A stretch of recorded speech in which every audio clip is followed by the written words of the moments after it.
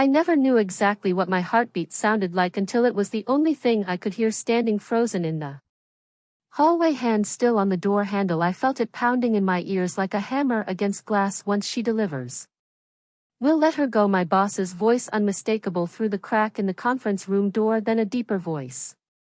Our CEO Richard chuckling like he just heard a good joke instead of plans to destroy someone's life after she saves us that $122.4 million contract, my work, my 18-hour days for the past 6 months. My name is Allison Reeves and I'm 34 years old. Before I go further, please like this video, subscribe, and tell me in the comments where you're watching from. I honestly read every comment and would love to connect with you because what I'm about to share isn't just a story, it's the moment my entire understanding of loyalty and professional worth collapsed, and what I chose to do about it. I'd been with Pinnacle Solutions for 7 years, not some fancy tech startup with ping-pong tables and cold brew on tap, just a mid-size consulting firm where I'd climbed from junior analyst to head project manager through nothing but relentless work and sacrifice. The Miller Project was supposed to be my crowning achievement, saving a $12.4 million contract that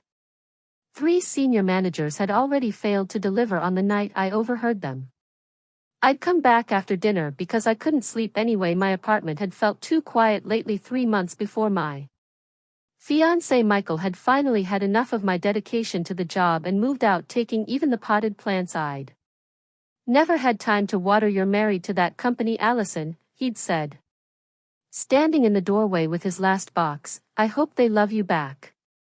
They didn't. I should have slammed that conference room door open right then, should have confronted them. Instead, I silently backed away, returned to my desk, and stared at my laptop screen until the words blurred. Then, with hands that wouldn't stop trembling, I kept working. That's what good girls do, right? What professional women do. We swallow the betrayal, process the hurt on our own time. 7 years of being the reliable one, the Allison will handle it woman, and this was my reward. I drove home at 1 a.m. with tears streaming down my face, mascara probably making me look like some tragic raccoon, but by morning, something had shifted inside me. The hurt had hardened into something else, something with edges. The Miller Project wasn't just any contract, it represented exclusive rights to develop software for 3 of the largest hospitals in our region. The previous project managers, all men with MBA degrees from schools they never failed to mention, had bungled the requirements, gathering promised impossible features, and created a mess of code that barely functioned. The client, Westridge Health Group, was ready to walk. That's when my boss, Nathan Cooper, had called me into his office with that fake concerned look on his face. Allison, you're the only one who can salvage this, he'd said, both hands pressed against his desk like he was physically transferring the burden. Your attention to detail, your relationship skills, we need you. And God help me, I'd felt proud, special, chosen. What I didn't know then was that I wasn't chosen for my skills. I was chosen because I was expendable. The next morning after the overheard conversation, I arrived at work earlier than usual. My eyes were swollen despite the cucumber slices and cold spoons I'd pressed against them. At 5 a.m. I wore my sharpest blazer, the navy one with structured shoulders that always made me feel like I was wearing armor. Nathan was already there, which was unusual. He smiled when he saw me, and I watched that smile with new eyes. How had I never noticed how it never quite reached his eyes? Allison, just the woman I wanted to see. How's progress on Miller? Looking. My throat felt tight, like I might either scream or throw up. Instead, I smiled back. On track. The development team has corrected the integration issues from yesterday. I'm meeting with the client tomorrow for the interim review. That's my girl, he said, patting my shoulder as he walked past. My girl, like I was a golden retriever who'd fetched the newspaper I went through that day in a fog, nodding in meetings, answering emails, all while a voice in my head kept repeating the same phrase, let her handle it, then fire her. That night I couldn't sleep again. I sat in my living room surrounded by the sparse furniture Michael had left behind and really looked at my life for the first time in years. The promotion I'd been angling for, the corner office, the retirement plan I was building, all of it based on the belief that hard work would be rewarded, that loyalty mattered. What a joke I Opened my laptop and started looking at my options. I could quit immediately, satisfying but financially devastating. I could half-ass the project and watch it fail, but that would hurt my professional reputation more than theirs, or I could do what I always did: excel, deliver, and then be discarded unless my fingers hovered over the keyboard. There was a fourth option: I could deliver exactly what they asked for and make sure I was the only one who understood exactly how I'd done it. The next 2 weeks were the most intense of my professional life. I slept maybe 4 hours a night. I stopped by the office gym just enough to maintain appearances, but every spare minute was dedicated to 2 parallel tracks: saving the Miller project and documenting everything. Nathan checked in daily, his friendly concern growing as the deadline approached. "You're working too hard, Allison," he'd say, leaning against my cubicle wall. "We appreciate the dedication, but take care of yourself." The fake concern made my skin crawl, but I'd smile and nod, almost there, "just want to make sure it's perfect. That's why we need you on this," he'd say, and each time I recorded the conversation on my phone, which sat face down on my desk. I also started talking more with Sarah from legal, who'd always been friendly but distant, the kind of work acquaintance you exchange pleasantries with but never really know over lunch. One day I carefully steered our conversation toward employment contracts and terminations. "It's funny," she said, picking at her salad, "how many managers don't understand the concept of constructive dismissal or how detailed our documentation needs to be for clean terminations." "What do you mean?" I asked, keeping my voice casual. She leaned forward. "Between us, HR is always cleaning up after executives who think they can just fire people on a whim. There are protocols especially for employees with your tenure." That night I reviewed my employment contract with new eyes: the intellectual property clauses, the non-compete agreement, the termination procedures. I started making notes. The Miller project itself was coming together beautifully. I'd redesigned the workflow, simplified the interface, and created detailed documentation for every component, but I built it all around my own system, one that looked straightforward but had nuances only I fully understood. 10 days after overhearing my planned firing, I was presenting progress to Richard, our CEO.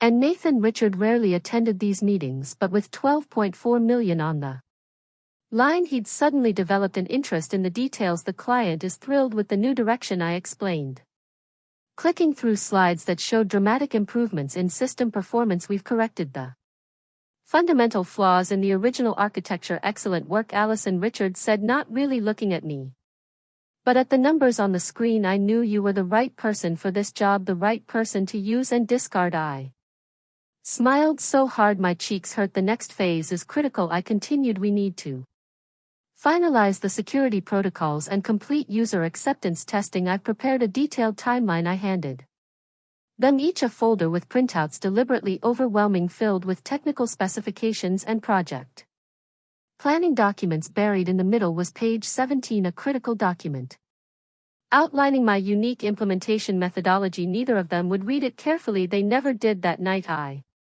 backed up everything to my personal cloud storage: every email, every specification document, every piece of code I'd written or revised. Not to steal, I'm not a thief, but to protect myself. With evidence of exactly what I'd contributed. 4 days before the final deadline, the Westridge Health Group executives requested an in-person meeting to review the final product before sign-off. This was standard procedure, but Nathan seemed unusually nervous. "It has to be perfect, Allison," he said, pacing my cubicle. "Richard will be there. The entire board will be watching this." "I understand," I said calmly. "Everything is on track." He hesitated. "I've added Jason to the presentation team just as backup." Jason, a junior developer who had contributed nothing to the project's recovery. I knew immediately what this meant. My replacement was already being positioned. "Great," I said, my voice steady while my stomach twisted. "He can handle the technical questions." During the demonstration that night, I made my final preparations. I reviewed the board meeting agenda Sarah had casually left visible on her desk when I'd stopped by with a coffee. I confirmed the timing, the attendees, the meeting room setup. I finalized my presentation materials, sent the required copies to the executive assistant, and then did something I'd never done before in my professional life. I left work at 5 p.m. The guard at the front desk actually did a double take. Early day MS. Reeves, I smiled. Big day tomorrow. Need to be fresh at home. I laid out my outfit. For the board meeting, not my usual conservative suit but a red dress I'd bought for a wedding and never worn. Bold, confident, memorable. Then I rehearsed what I would say, how I would stand. The exact timing of each reveal. Sleep came easily for the first time in weeks. I'd done everything possible to prepare. The rest would happen in that boardroom. The morning of the presentation dawned bright and clear. I arrived at the office early, but not as early as usual. Nathan was already texting me, "Where are you? We need to prep." I took my time responding, applying my lipstick carefully in my car's mirror. For 7 years I jumped at every message, responded within seconds. Not today. When I walked into the office carrying a sleek portfolio instead of my usual overstead bag, I felt people noticing the difference. The red dress, the confidence in my walk. Something had shifted. Nathan was waiting by my desk, checking his watch. "There you are," he said, relief and irritation battling in his voice. "We need to go over the slides one more time. I've made some adjustments to your presentation." I set down my things calmly. "What adjustments?" He slid a USB drive across my desk. "Just a few tweaks to the messaging, and I've added Jason to the first 3 slides as project co-lead for someone who'd attended exactly 2 meetings and contributed nothing." I picked up the drive and smiled. "I'll take a look now, please," he said, the friendly facade slipping. "We present in 2 hours." "I understand," I replied. "I just need to check something with Sarah in legal first. Contract language the client requested." "I'll be right back." Before he could object, I walked away, the USB drive in my hand, but I didn't go to legal. Instead, I went to the small conference room I'd booked yesterday, locked the door and plugged the drive into my laptop. As expected, Nathan had completely reworked my presentation. My name was minimized, Jason's was prominent, and the technical details, the ones that explained exactly how I'd saved the project, were simplified to the point of meaninglessness. I deleted the file, replaced it with my original presentation, and added 1 new slide at the end. Then I headed to the executive boardroom floor, arriving 30 minutes before the scheduled meeting time. The catering staff was still setting up coffee and pastries. I helped them arrange things, making casual conversation, positioning myself as someone who belonged there. When the AV technician arrived to test the system, I introduced myself as the lead presenter and asked to check my slides. "Of course, Miss Reeves, the system is ready whenever you are." I uploaded my presentation, confirmed everything worked properly, and then sat in a chair in the corner reviewing my notes while executives and board members gradually filtered in.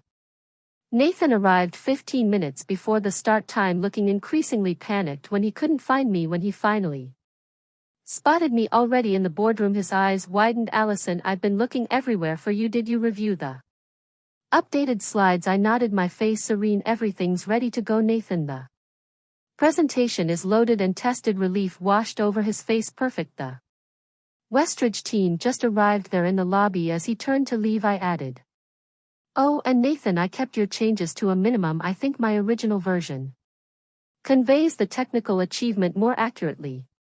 He froze, then turned back slowly. "What does that mean?" "I need to see the slides now. They're already loaded in the system," I said, gesturing to the AV setup. "No time to change them now. The board is arriving." The boardroom filled quickly. Richard, our CEO, made his entrance last, flanked by 2 Westridge Health Group executives. I recognized our CEO, Eleanor Miller herself, the woman whose family name was on our contract, whose hospitals would be using our system. She wasn't just a client, she was the decision maker who controlled that $12.44 million. I straightened my spine, feeling the red fabric of my dress against my skin. For 7 years I'd worn muted colors, played the part of the reliable background player. Today I was choosing visibility. Nathan was sweating, now casting nervous glances between me and the presentation screen. Jason arrived looking confused when he saw me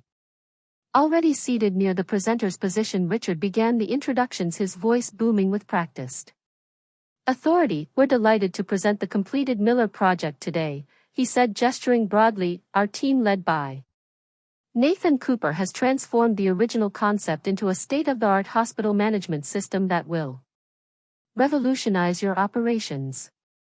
Not a single mention of my name. I wasn't surprised. Nathan, why don't you take it from here? Richard said, settling into his chair at the head of the table. Nathan stood buttoning his jacket with slightly trembling fingers. Thank you, Richard.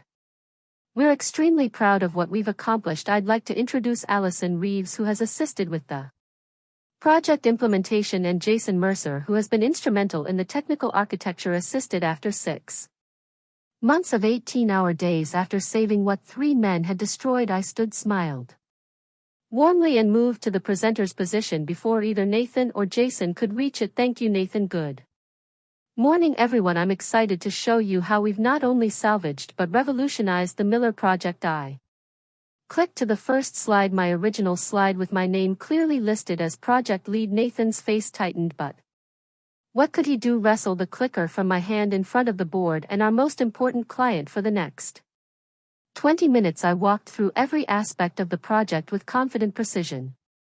I explained how I'd identified the fundamental flaws in the original architecture, redesigned the workflow patterns, and created an intuitive interface that the hospital staff could learn in half the time originally estimated. The key innovation, I continued, clicking to slide 15, was recognizing that the previous approach violated 3 core principles of healthcare information systems. I outlined each one. Watching Dr. Miller nod with increasing enthusiasm. Nathan tried to interject twice, but I smoothly acknowledged his points and continued, never surrendering control of the presentation. Jason, to his credit, looked increasingly uncomfortable, clearly aware he was being positioned for work he hadn't done. What about the security concerns our IT director raised last month? Dr. Miller asked her first direct question. Nathan started to answer, but I spoke first. An excellent question.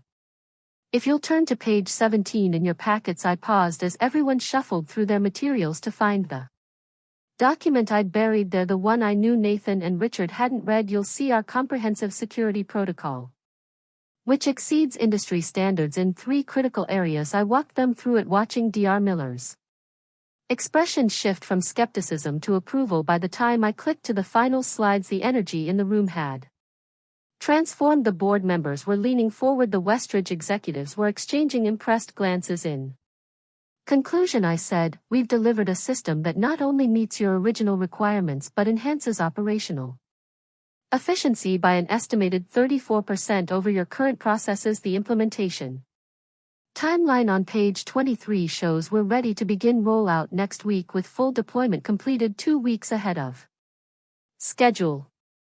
Applause broke out, actual applause from the Westridge team. Richard was beaming now, dollar signs practically visible in his eyes. Nathan was attempting to look proud while simultaneously looking like he might vomit. Any questions? I asked, standing tall in my red dress. Dr. Miller spoke up. Just one. This is impressive work, Miss Reeves. I'd like you to personally oversee the implementation at our flagship hospital before Richard or Nathan could respond. I smiled directly at her. I'd be honored, Dr. Miller. However, there's something I should address first. I clicked to the final slide, the one I'd added last night, the one neither Nathan nor Richard had seen. On the screen appeared a simple statement: project continuity concerns. The room went silent. What's this? Richard asked, his smile faltering. A critical consideration for the success of this project, I said calmly. As the sole architect of the revised system, I've created detailed documentation for every component. However, there are nuances to the implementation that only I fully understand at this point. Nathan's face had gone from red to white. He knew what was coming. I recently learned, I continued, my voice steady despite my pounding heart, that Pinnacle planned to remove me from the project immediately after today's presentation, before the actual implementation, before the training, before ensuring the system functions as promised. Richard stood abruptly. This is hardly the time or place. I disagree, I said, not raising my voice but not backing down. This is exactly the time and place, because it directly impacts Westridge's $12.4 million investment. Dr. Miller's eyes narrowed. What exactly are you saying, Miss Reeves? I turned to face her directly. I'm saying that 10 days ago I overheard Nathan and Richard discussing plans to terminate my employment once I had saved your contract. Their exact Words were, let her handle it then fire her. The boardroom erupted in murmurs. Dr. Miller's expression hardened as she looked between Richard and Nathan. Is this true? She asked them. Nathan stepped forward. Allison is obviously misinterpreting something she thinks she heard. I have the recording, I said, quietly pulling my phone from my portfolio. Would you like me to play it? The blood drained from both men's faces. I hadn't been recording in the office that night. I'd been in the hallway, but they didn't know that. What they did know was that I'd been recording our recent conversations, and there was enough damning evidence there to make them uncertain. Dr. Miller turned to Richard. I find this disturbing to say the least. We're entrusting our entire hospital network to this system. Continuity of expertise is non-negotiable. Richard tried to recover. Dr. Miller, I assure you there's been a misunderstanding. Allison is a valued team member. We had been discussing restructuring. Yes, but restructuring that coincidentally was scheduled for immediately after I delivered this project. I interjected. After working nights and weekends for 6 months to fix the mess your previous project managers created. Dr. Miller stood. I've heard enough, Mr. Harrington. Our contract explicitly requires stable project leadership through implementation and the first year of operation. If Miss Reeves created this system, then she needs to oversee its implementation. I let the moment hang there, watching Richard's mental calculations. The $12.4 million contract versus whatever he'd planned for me, of course. He finally said, his businessman's smile returning. Allison is essential to the project. There was never any intention of removing her. I turned back to the screen and clicked to a new slide. I'd prepared one showing the implementation schedule, with my name clearly indicated as lead on every phase. Then you'll have no objection to formalizing my role in the updated contract with guaranteed continuity for the full project life cycle. It wasn't a question. Dr. Miller nodded approvingly. I insist on it actually, and I'd like that addendum drafted today. The meeting wrapped up shortly after with handshakes and forced smiles as the room emptied. Richard gripped my elbow, his fingers digging in just slightly too hard. My office now, he hissed. I smiled pleasantly. Of course. Right after I finished answering Dr. Miller's questions about the implementation timeline, I spent the next 20 minutes with the Westridge team, discussing details and building rapport. When I finally made my way to Richard's office, both he and Nathan were waiting, faces like thunderclouds. What the hell was that? Richard demanded the moment I closed the door. I remained standing. That was me ensuring project continuity for our most important client. You ambushed us in front of the board, Nathan said, voice shaking with anger. You had no right. I had every right. I countered, my voice level but firm. You were planning to fire me after I saved your contract, after I fixed the mess 3 men with corner offices created. I simply made sure our client understood what that would mean for their investment. Richard leaned forward, his expression calculating. Now, what do you want? Allison, a raise, a promotion, name it. The question caught me off guard. I had expected rage threats, maybe immediate termination. Despite the scene it would cause, not negotiation. For a moment I considered what I did want, the director position. I'd been angling for a corner office with my name on the door, but standing there in my red dress, I suddenly realized those things belonged to the old Allison, the one who believed in the system, who thought loyalty would be rewarded with loyalty. I want 3 things, I said finally. First, the lead role on the Miller project implementation, fully documented and contracted with a completion bonus equal to 5% of the contract value. Richard's jaw tightened, but he nodded. Second, I want a formal retraction of any termination plans with Sarah from legal present as witness. Nathan started to protest, but Richard cut him off. Fine. Third, I continued, feeling a strange calm. Now, once the Miller project is successfully implemented and the first quarterly review completed, I want a clean departure from Pinnacle, a generous severance package, excellent references, and no non-compete restrictions. They both stared at me confused. You want to leave? Nathan asked. After fighting to stay, I looked at him directly. I'm not fighting to stay, I'm fighting for the respect and recognition I've earned. There's a difference. Richard studied me with new eyes. You could have a future here, Allison. Today showed what you're capable of. Today showed what you're Capable of two, I replied, and that's not something I can unknow. The aftermath was. Surprisingly quiet. Words spread through the office, of course, whispers about how I'd outmaneuvered the executive team, secured my position on the biggest contract in company history, and somehow extracted concessions no one had seen. Richard Harrington give before Sarah from legal called me that afternoon. I just drafted the strangest contract.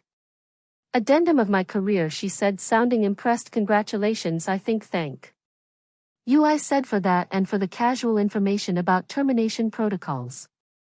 She laughed softly. I might have noticed some concerning conversations professional women need to look out for each other. The next 6 months were intense but rewarding. I led the Miller project implementation with complete authority. Nathan was mysteriously reassigned to another division. Richard treated me with a weary respect that never warmed into anything genuine, but I didn't need his approval anymore. The system rolled out smoothly across all 3 hospitals. Staff training went better than projected. Dr. Miller herself called me the most effective project manager she'd ever worked with during the final review meeting. When I submitted my resignation letter exactly 1 day after that review, Richard didn't seem surprised. He simply slid a folder across his desk with the severance terms we'd negotiated, generous as promised.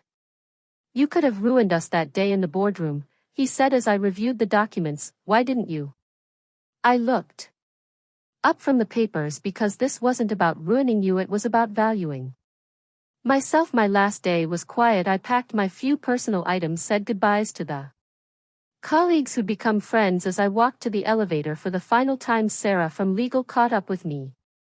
So where are you going next? She asked. I smiled. Dr. Miller offered me a position heading technology implementation across their entire hospital network, double the salary, equity options, and a team I get to build myself. Sarah's eyes widened. You're going to work directly for the client. Can you do that? Check the revised contract language, I said, stepping into the elevator. No non-compete restrictions. I made sure of it as the doors closed on Pinnacle Solutions for the last time. I felt neither triumph nor regret, just a quiet certainty that I would never again let anyone determine my worth but me. 2 months into my new role at Westridge Health Group, I received an email from Jason, my supposed co-lead from the Miller project. The subject line read, "They're falling apart without you." Apparently 3 more project managers had cycled through Pinnacle since my departure. The company had lost 2 major contracts. Richard was facing pressure from the board and Nathan had been quietly let go. I closed the email without responding and turned my attention to my team. Brilliant people I'd hired because of their talent, not their connections or degrees. People I made sure knew they were valued every single day. Sometimes revenge isn't about destroying someone else. Sometimes it's about refusing to let them destroy you and building something better from what they tried to take away. That day in the boardroom, standing in my red dress with the presentation clicker in my hand, I didn't just save my job, I found my power. And in the end, that was worth more than any corner office they could have offered me. So tell me, have you ever had to stand up for yourself when everyone expected you to stay quiet? Have you had to prove your worth to people who are ready to discard you? I read every comment, and your stories help me remember why sharing mine matters. If this resonated with you, please subscribe to hear more truths that women like us rarely get to speak aloud. And if you know someone who needs to hear this message about valuing themselves, share this video with them. Sometimes the most powerful revenge is simply refusing to be a victim of someone else's story. English, auto-generated.